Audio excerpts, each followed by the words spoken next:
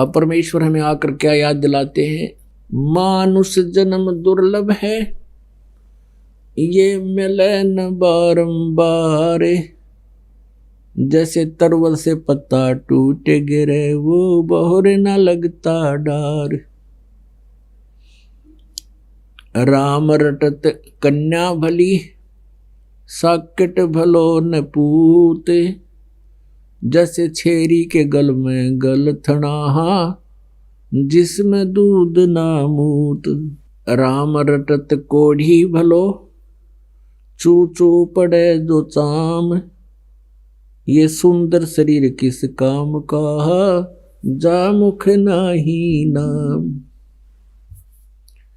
राम रटत दारिद्र भलो, टूटी घर की छान। वो सुंदर महल किस काम के, जहां भक्ति नहीं भगवान। कबीर जिह्वा तो वाहे भली, जो रटे हरि नाम। नहीं तो काट फेंक दियो, ये मुख में भलो ना चाम। मानुष जन्म पाए कर, जो नहीं रटे हरि नाम। जैसे कुआ जल बिना, फिर बनवाया क्या काम। दुख में सुमरण सब करे, सुख में करे ना कोई। जय सुख में सुमरण करे, तो दुख कहे कू होए। सुख में सुमरण किया नहीं, दुख में करते याद। कहें कबीरता दास की ही, कौन सुने फरियाद। परमपिता परमात्मा स्वयं आकर के अपनी प्यारी आत्माओं को ये ज्ञान बताते हैं कि जो साधनाएं तुम कर रहे हो ये व्यर्थ है, ये साधना ठीक नहीं है। लेकिन हम इस काल के अज्ञान से इतने रंगे जा चुके होते हैं, हम परमात्मा के वचनों पर विश्वास नहीं करते और उस लोक वेद को हम अंतिम मान लेते हैं। तो यही कारण रहा कि हम यहां से नहीं जा सके।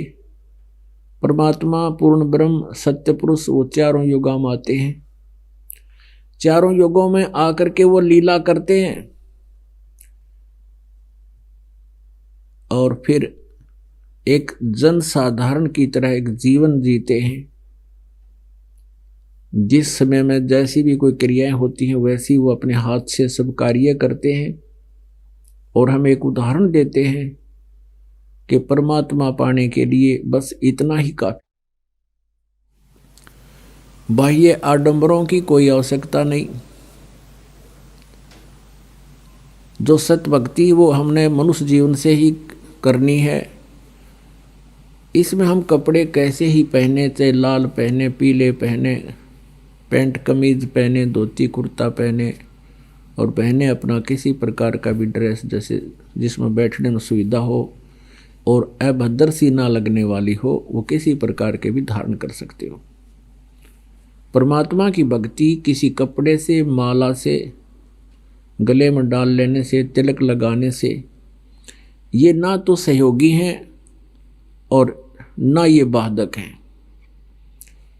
लाल कपड़े पहनने से इतनी समस्या अवश्य आ जाती है उस प्राणी को, क्योंकि आम व्यक्ति गेरुए कपड़े पहने व्यक्ति को एक संत मान लेता है और फिर बार बार उसको प्रणाम करते हैं, चरण छूते हैं, तो उस व्यक्ति की भक्ति खत्म होनी शुरू हो जाती है और एक दिन फिर उसमें मान आ जाएगा। तो इसलिए हम उनसे तो प्रार्थना करते हैं कि आप ये बाह्य आडंबर ना करके एक भक्त बनो। यदि आपने भगवान चाहिए तो आपने सिंपल एक जन साधारण की तरह रहना होगा। तो उससे हम प्रार्थना करते हैं। बाकी कोई किसी तरह भी अपना जैसा उसका वेशभूषा उसका क्षेत्रीय है कर सकते हैं। बाकी हमने जो यहाँ के जो ड्रामे हैं ये नहीं करने। ब्याह शादी में नाचना गाना, उस ब्याह विवाह के समय पता नहीं कि सिर उठे है, सबके कपड़े नए नए हैं, फिर मेहंदी लावें कि तो दारू पीवें, डांस करें, क्या के ऊपर, किस लिए? ये हमारी आत्मा से हट जाएगा एक दिन कि यहाँ तो हम ये गलत कर रहे हैं, इसे गंदे लोग में नाचें गाँव बकवाद करें। यहाँ तो टाइम पास करना चाहिए जिसको ज्ञान हो गया। जैसे विवाह के समय बहुत सी ऐसी घटनाएं घटती हैं, लेकिन बाकी वाले कतई नहीं डरते क्योंकि उनको ज्ञान नहीं है। ज्ञान से डर लगता है। जैसे छोटा बालक होता है कोई, और वो कहीं पर सर्प भी होना, सर्प को भी पकड़ लेगा जाकर और उसको डस जाता है, उसकी मृत्यु हो जाती। और जब बच्चा बड़ा हो जाता है उसको ज्ञान हो जाता है कि सर्प बहुत विषैला जानवर है और इससे निकट नहीं जाना चाहिए, इसके डसने से मर जाता है, तो उसके निकट नहीं जाता, फिर दूर से भाग जाता है, औरों को बताता है कि उधर सांप है, सर्प है, वो देखो सामने जा रहा है, उधर ना जाना। तो आप भी बचता है, औरों को भी जिंदगी को बचाता है। तो इसी प्रकार जब आपको ज्ञान हो जाएगा कि ये नाचने गाने और विवाह के समय ये बेमतलब के खर्चे करने, ये हमारे लिए एक बहुत बड़ा सिरदर्द बना हुआ है। और इसी कारण से हमने बेटियों को अपने ऊपर बोझ मान लिया। हम सबसे पहले भक्ति करने के लिए हमने जो ये बेमतलब के खर्चे सिर पर रख कर बोझ मर रहे हैं, ये हटाने पड़ेंगे। हमने भक्त बनना पड़ेगा। भक्तों ये सोच लिए नहीं होते, आत्मा अपने आप इनको धिक्कार देगी, एक दिन ऐसा समय आएगा। अब एक समय देखा कि ब्याह हुआ, सामने तो नाच कूद रहे थे, लड़के की जो अगले दिन बारात जानी थी, और अगले दिन वो दुर्घटनाग्रस्त हो गया, दुल्हा भी और साथ में 7 और मर गए, 8 मर गए एक एक्सीडेंट में, वो दुल्हा और बराती। अब पहले दिन तो नाच रहे थे, माच रहे थे, और अगले दिन टक्कर मार रहे हैं, रो रहे हैं, हाहाकार मच गया। तो यहाँ संत बताते हैं कि नानक साहिब जी ने से किसी ने पूछा कि हे भगवान, आप कभी खुश दिखाई नहीं देते, आप तो ऐसे रहते हो जैसे आपका कुछ खोया हुआ है। तब उन्होंने बताया, भाई ना जाने काल की कर डारे, और किस विध ढल जा पासावे, और जिनाते सरते मौत खुड़क दी, उन्होंने केड़ा हंसावे। हमें तो अपनी मौत दिखाई दे कि ना जाने कब बिजली गिर जाए। फिर उनसे पूछा कि हे प्रभु, हे महात्मा जी, क्या आप सदा ऐसे ही रहते हो? वो कहते हैं, फिर बताते हैं कि साध मिले साढ़ा शादी होंगी, और विछड़ जा दिलगिरी वे, अखदे नानक सुनो जिहाना मुश्किल हाल फकीरी वे। अब नानक साहिब जी को परमात्मा मिले थे, पूर्ण ब्रह्म सत्य पुरुष कबीर देव जी, कबीर साहब हक्का कबीर। उनको सचखंड लेकर गए थे, उनकी आत्मा को। सचखंड में जाकर के जब परमात्मा की वो झांकी देखी, नजारा देखा, और उससे पहले नानक साहिब जी ब्रजलाल पांडे से गीता पढ़ा करते थे। ये हिंदू धर्म में जन्मे थे, जिस कारण से ये श्री कृष्ण और भगवान विष्णु पर पूरे आश्रित थे, इन्हीं को प्रभु मानते थे। तब परमेश्वर इनको साथ लेकर गए, प्यारी आत्मा को सब ब्रह्मांड दिखाए, ब्रह्मा विष्णु महेश की स्थिति दिखाई, इससे पार अंड और पिंड के पार ले जाकर के सचखंड दिखाया। और वहां परमात्मा ने बताया कि मैं बनारस में रहता हूं, काशी में धानक रूप दुल्हा रूप में कार्य करता हूं, और सतनाम से मोक्ष होगा भक्त, और वहां सतनाम मिलेगा, बनारस में आ जा, काशी में। तीसरे दिन उनकी आत्मा को वापस भेजा, 3 दिन अदृश्य रखा उनको। और वहां नगर वालों ने, घर वालों ने सोच लिया कि नानक साहिब जी ने स्नान करने के लिए दरिया में डुबकी लगाई थी, और भी बहुत से भक्त वहां स्नान कर रहे थे, व्यक्ति स्नान कर रहे थे। जब बाहर नहीं आए तो परमात्मा ने उनको वहीं से अदृश्य कर दिया। बाहर नहीं आए तो वहां चिंता बन गई थी कि वो तो डूब गए, दरिया बहुत गहरी थी। और उनके जो बहनोई थे, नानक साहिब के जो बहनोई थे, जयराम नाम था उनका वहाँ नवाब के यहाँ बहुत अच्छा स्थान था, वहाँ एक अच्छी पोस्ट थी, सुल्तानपुर के नवाब के। और नानक साहिब जी उस नवाब के यहाँ नौकरी करते थे, मोदी खाने में, माल खाने में। तो उनको पता चला तो उसकी खोज के लिए जाल डाले, दूर तक गोताखोर भेजे, वो कहीं नहीं मिले। सब ने सोच लिया था, मान लिया था कि दरिया में जले गए, और उनका शव कहीं पर मिट्टी में दब गया। तीसरे दिन वापस आए, सबको खुशी का ठिकाना नहीं रहा।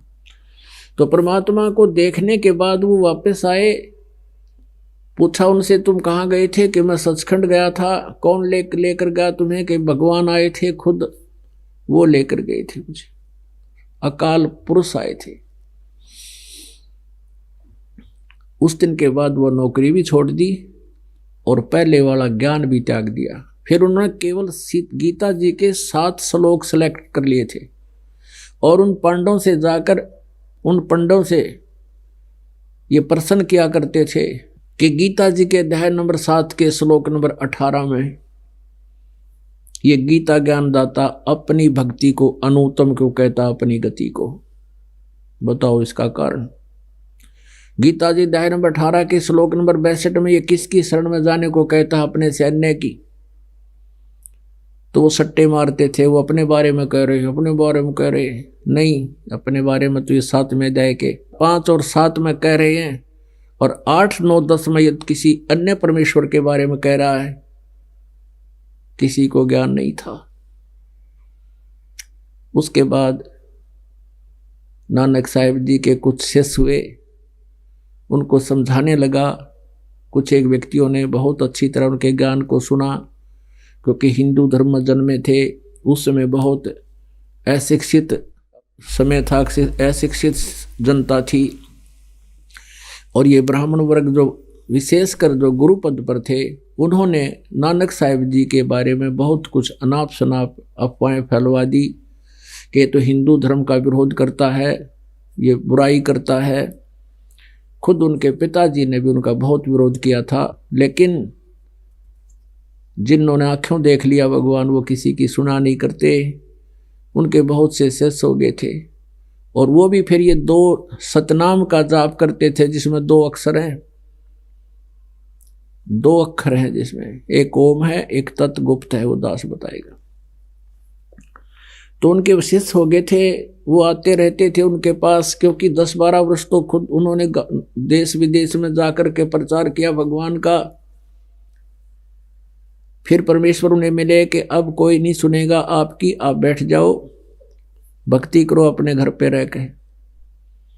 तो नानक साहिब जी वापस अपने घर चले गए और 16 वर्ष तक अपनी खेती करी, जैसा भी क्रिया वो करते थे खेती वाली।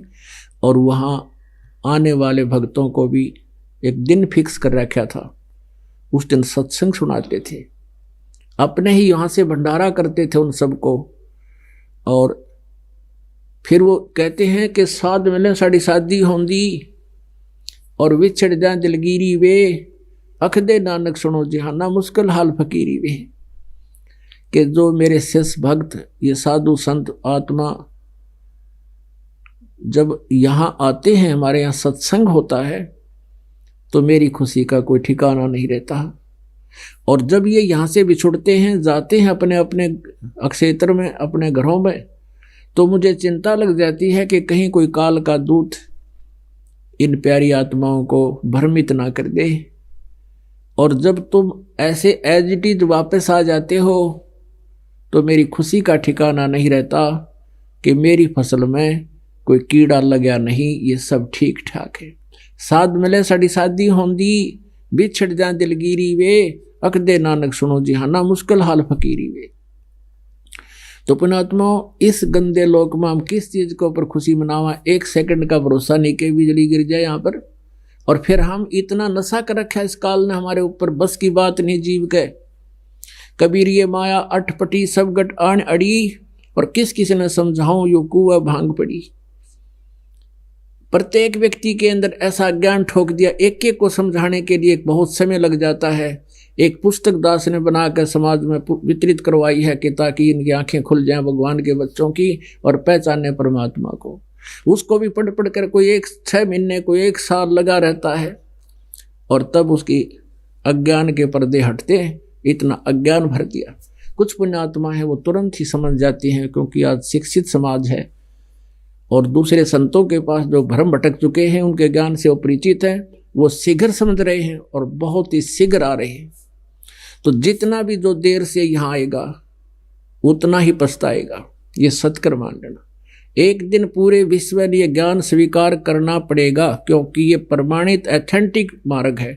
हम एक परमात्मा की संतान है, पृथ्वी पर हम अलग नहीं है, कोई धर्म हमारा न्यारा नहीं है। जीव हमारी जाति है, मानव धर्म हमारा हिंदू मुस्लिम सिख ईसाई को धर्म नहीं है न्यारा। हम एक परमात्मा की संतान है। वो परमात्मा अब हमें मिल गया है, उसके पाने की विधि उन्हीं के बताई हुई, और जिन महापुरुषों ने उस विधि से अपना प्रैक्टिकल किया उनके भी वही वाणी वही ज्ञान हमारे पास उपलब्ध है। उन्होंने भी यही प्रमाण दिया है कि हमने ये मंत्र जाप किए, हमारा मोक्ष हुआ।